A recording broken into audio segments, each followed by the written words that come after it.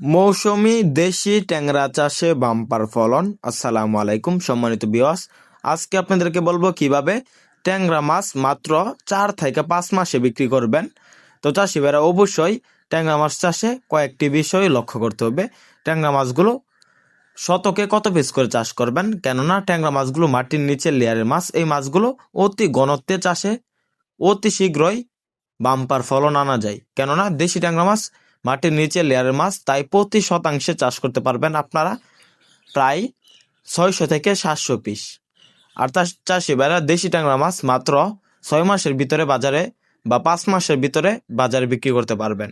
তো চাষি ভাইরা কতটুক বড় হবে, 5 থেকে 6 মাসে বা 4 মাসে দেখা যাচ্ছে দেশি যে ট্যাংরা মাছগুলো রয়েছে এগুলা 10 থেকে 12 পিসে বা 15 পিসে কেজি আসবে।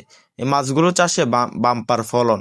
অবশ্যই মাছগুলো চাষের জন্য আপনাদেরকে ভালো মানের মাছের পোনা সংগ্রহ করতে হবে।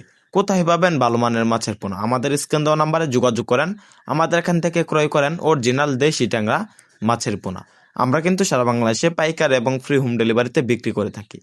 আমাদের এই দেশি ট্যাংরা মাছগুলো অত্যন্ত ভালো ফলন আসে, তাই এই মাছগুলো আপনারা মিশ্র মাছ বা মিশ্রভাবে বা সাথী মাছ হিসাবে চাষ করতে পারবেন, যেমন মনোসেক্স তেলাপিয়া, সিপি তেলাপিয়া বা থাই জাতের পাঙ্গাস মাছের সাথে।